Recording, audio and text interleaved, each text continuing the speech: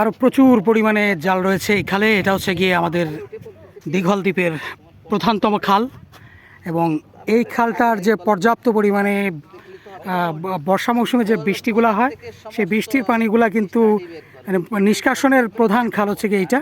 তো এইটাই প্রচুর পরিমাণে অবৈধ জাল পাতা থাকে, এবং এই জালের ফলে যেটা হয় সেটা হচ্ছে গিয়ে বর্ষা মৌসুমে পানিগুলো বের হয়ে যেতে পারে না, ফলে এখানকার এই যে দেখছেন যে ঘের মালিকরা তাদের কোটি কোটি টাকার মৎস্য সম্পদ কিন্তু ভেসে নদীতে চলে যায়।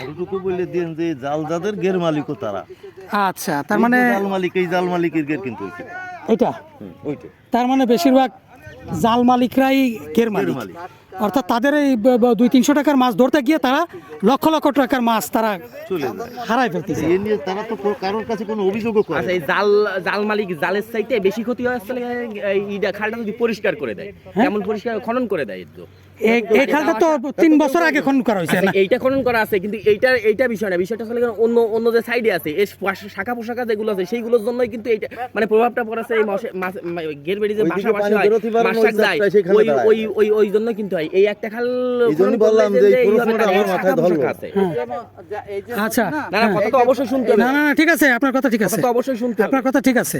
এই শাখা পোশাকার জন্যই আসলে আমাকে শাখা পোশাকা কি বুঝে গেছে? একেবারে বুঝা যায়, দেখেন একবার বুঝা মানে ওই জায়গায় এখন শুকনো। এই এখন এই আচ্ছা, কোন খালটা? আপনি কোন খালটার কথা এই বলছেন? যে সামনে একটা খাল আছে, এই পাশে একটা খাল আছে, এই পাশে আছে। আচ্ছা, এই খালটা তো এই দিক দিয়ে চলে গেছে না? ওই যে এটা যে গেটে উঠছে, এবার গেটে উঠিছে, এই খালটা ক্লিয়ার আছে। হ্যাঁ, এর শাখা পোশাকা আছে। যেমন এই খালটার সামনে যে আরেকটা শাখা, ওই যে কলা গাছ, দুটো শাখা আছে, এই যে কলা গাছের ওই সাইডে কিন্তু খাল, ওই জায়গা এখন শুকনো। ও আচ্ছা, একটা খাল এই দিক থেকে গিয়ে এই পর্যন্ত শেষ হচ্ছে। যদি এখন এই খালটা যদি ক্লিয়ার থাকে, না ওই সাইডে আর একটা গুচ্ছগ্রাম আছে, ওই গুচ্ছগ্রাম দিয়ে আর কোন দিকে জানি গেছে ওই খালটা? ওইটা ওইটা গেছে, ওই খালটা আমি দেখছি। ওই খালটা দেখেন, আমাদের পাবলিকের অনেক সমস্যা আছে। একটা কলার বাগান দেখলাম, সমস্ত কলা গাছগুলো কুচো খালটা ভরাট করে তুই দিছে ওই সাইডে, আছে না? করিছে না?